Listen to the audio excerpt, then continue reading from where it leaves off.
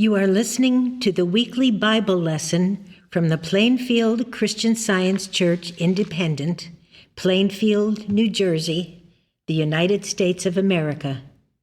This is the lesson for Sunday, January 28th, 2024. Subject, Truth. The golden text is from Psalms. Thou hast redeemed me, O Lord God of truth. The responsive reading is from John. Jesus saith unto him, I am the way, the truth, and the life. No man cometh unto the Father but by me. Abide in me, and I in you. As the branch cannot bear fruit of itself, except it abide in the vine, no more can ye, except ye abide in me. I am the vine, ye are the branches. He that abideth in me, and I in him, the same bringeth forth much fruit, for without me ye can do nothing. If a man abide not in me, he is cast forth as a branch, and is withered, and men gather them, and cast them into the fire, and they are burned. If ye abide in me, and my words abide in you, ye shall ask what ye will, and it shall be done unto you. Herein is my Father glorified, that ye bear much fruit, so shall ye be my disciples. As the Father hath loved me, so have I loved you. Continue ye in my love.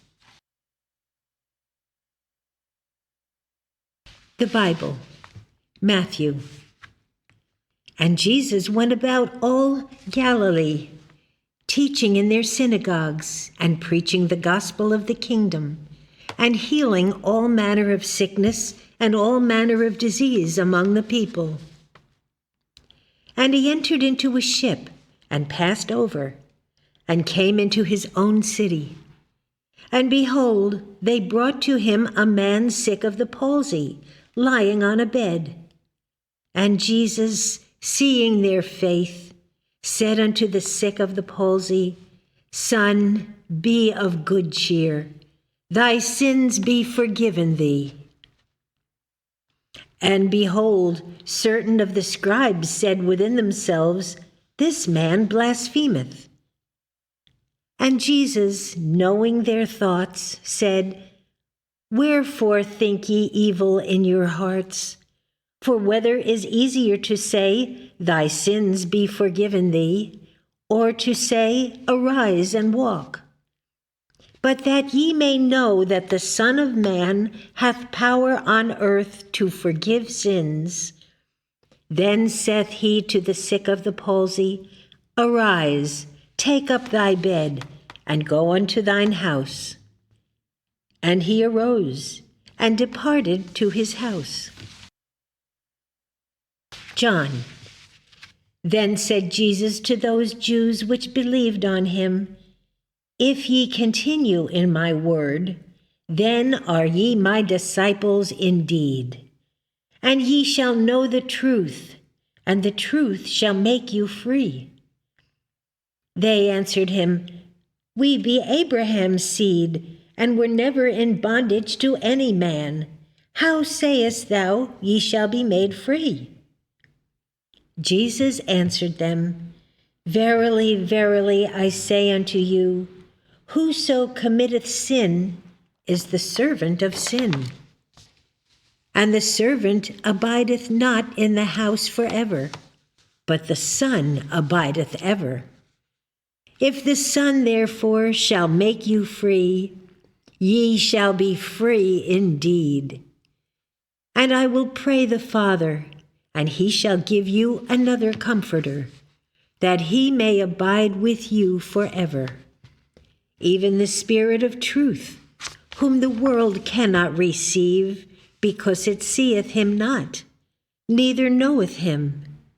But ye know him, for he dwelleth with you, and shall be in you.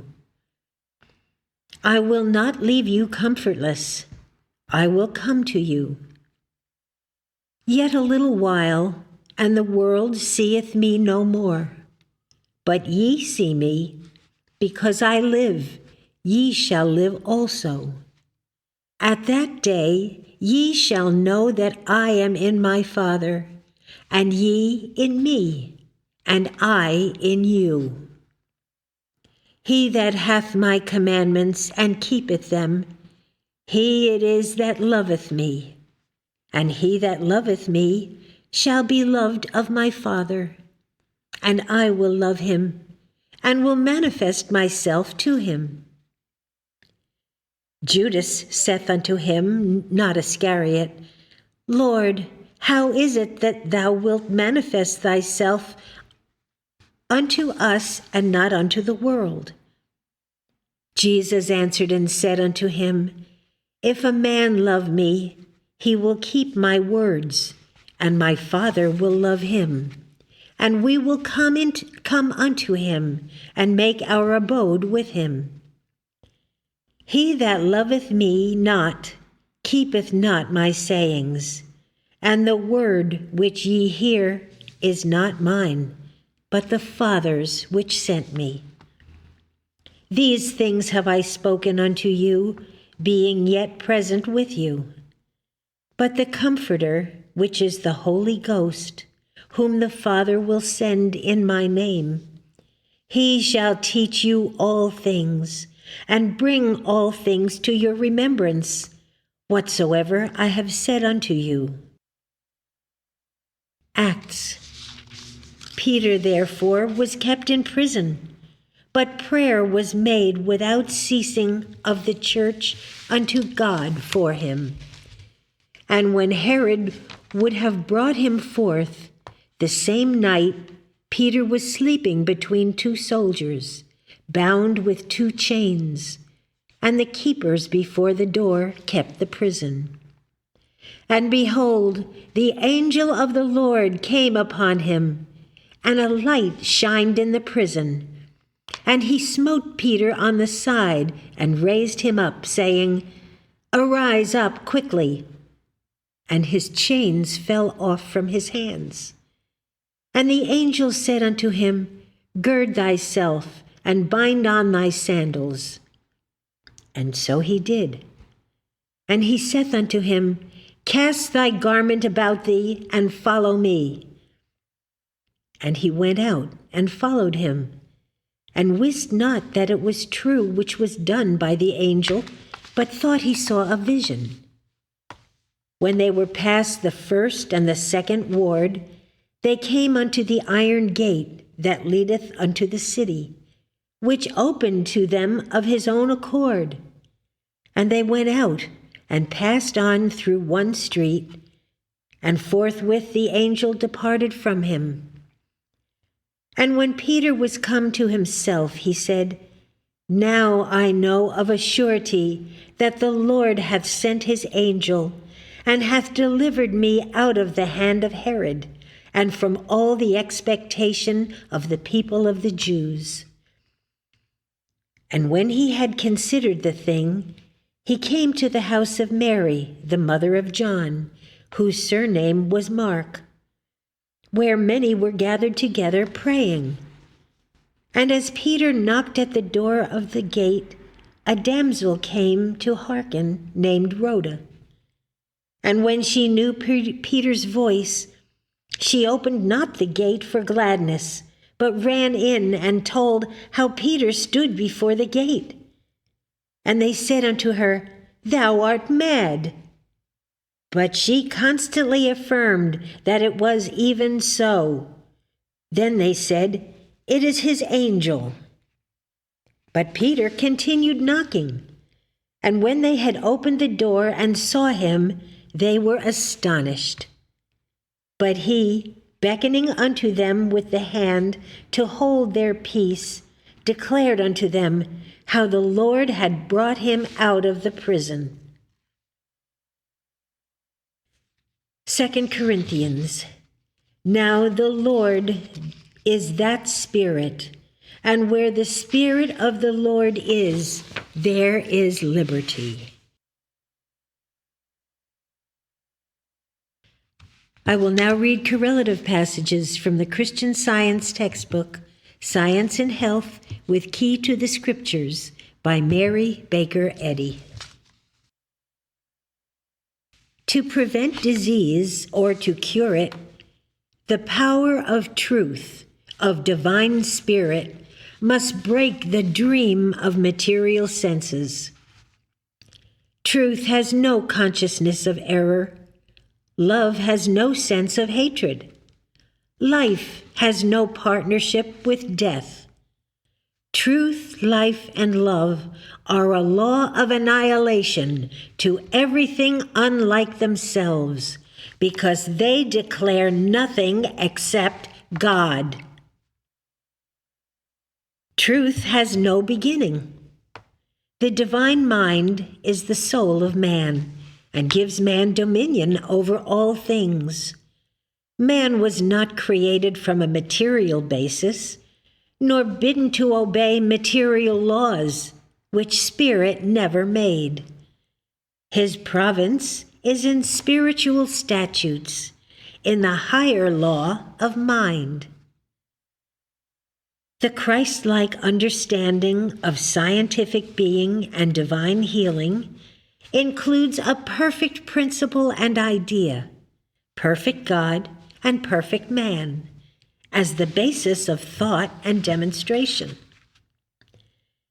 Knowing that soul and its attributes were forever manifested through man, the Master healed the sick, gave sight to the blind, hearing to the deaf, feet to the lame, thus bringing to light the scientific action of the divine mind on human minds and bodies, and giving a better understanding of soul and salvation. Jesus healed sickness and sin by one and the same metaphysical process. Since the author's discovery of the might of truth in the treatment of disease as well as of sin, her system has been fully tested and has not been found wanting. But to reach the heights of Christian Science, man must live in obedience to its divine principle. To develop the full might of the science, the discords of corporeal sense must yield to the harmony of spiritual sense, even as the science of music corrects false tones and gives sweet concord to sound. Theology and physics teach that both spirit and matter are real and good, whereas the fact is that spirit is good and real, and matter is spirit's opposite. The question, what is truth, is answered by demonstration, by healing both disease and sin. And this demonstration shows that Christian healing confers the most health and makes the best men. On this basis, Christian Science will have a fair fight. Sickness has been combated for centuries by doctors using material remedies. But the question arises, is there less sickness because of these practitioners? A vigorous no is the response deductible from two connate facts: the reputed longevity of the antediluvians and the rapid multiplication and increased violence of diseases since the flood. Semper Paratus is truth's motto. Having seen so much suffering from quackery, the author desires to keep it out of Christian Science.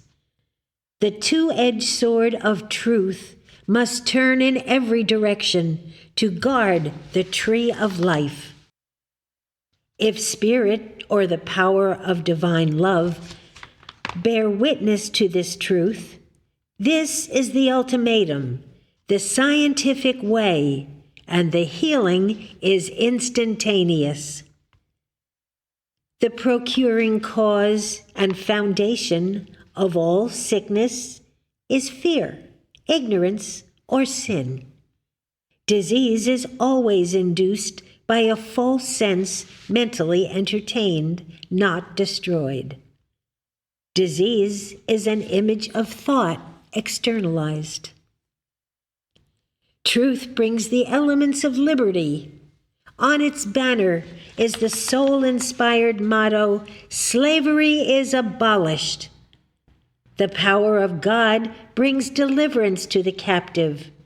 No power can withstand divine love. What is this supposed power which opposes itself to God? Whence cometh it?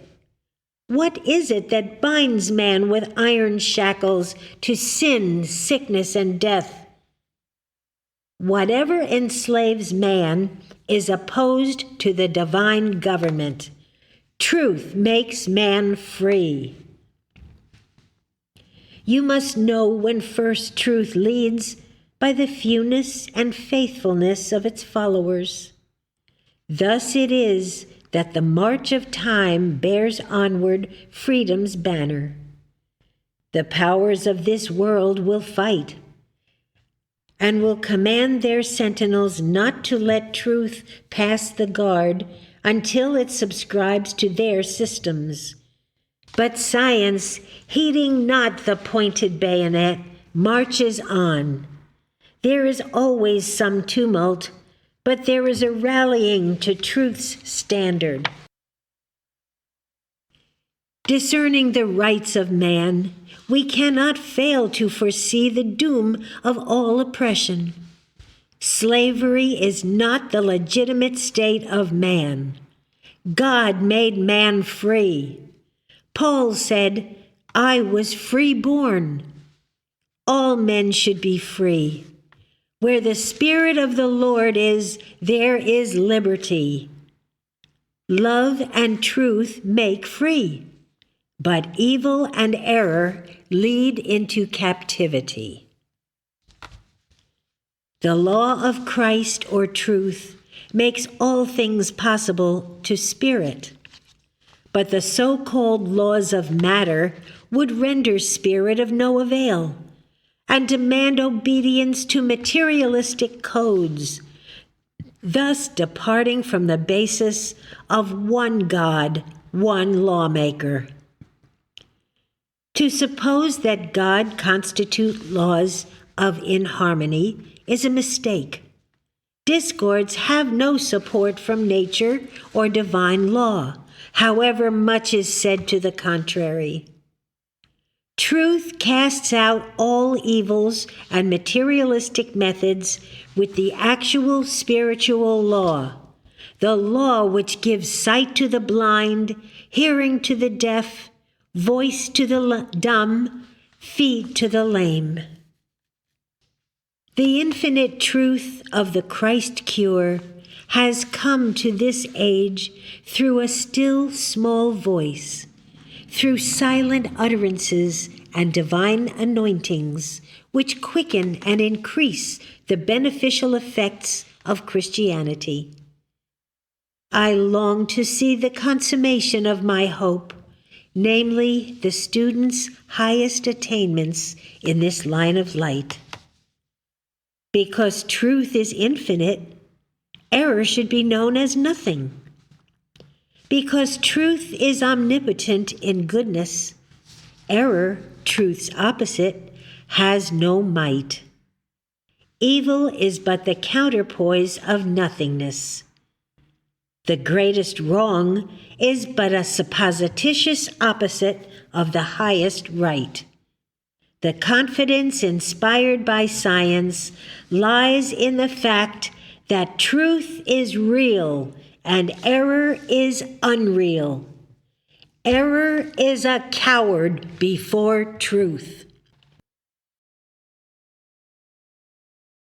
I will now read the 3 daily duties from the Church Manual by Mary Baker Eddy.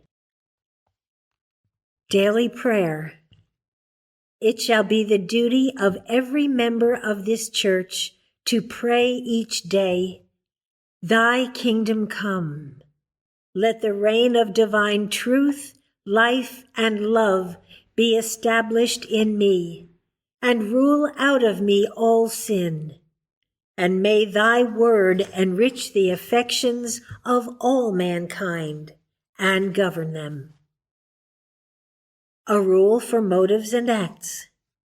Neither animosity nor mere personal attachment should impel the motives or acts of the members of the Mother Church.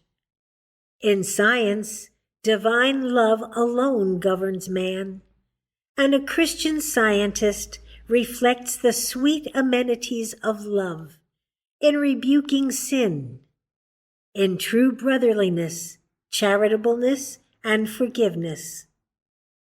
The members of this church should daily watch and pray to be delivered from all evil, from prophesying, judging, condemning, counseling, influencing, or being influenced erroneously.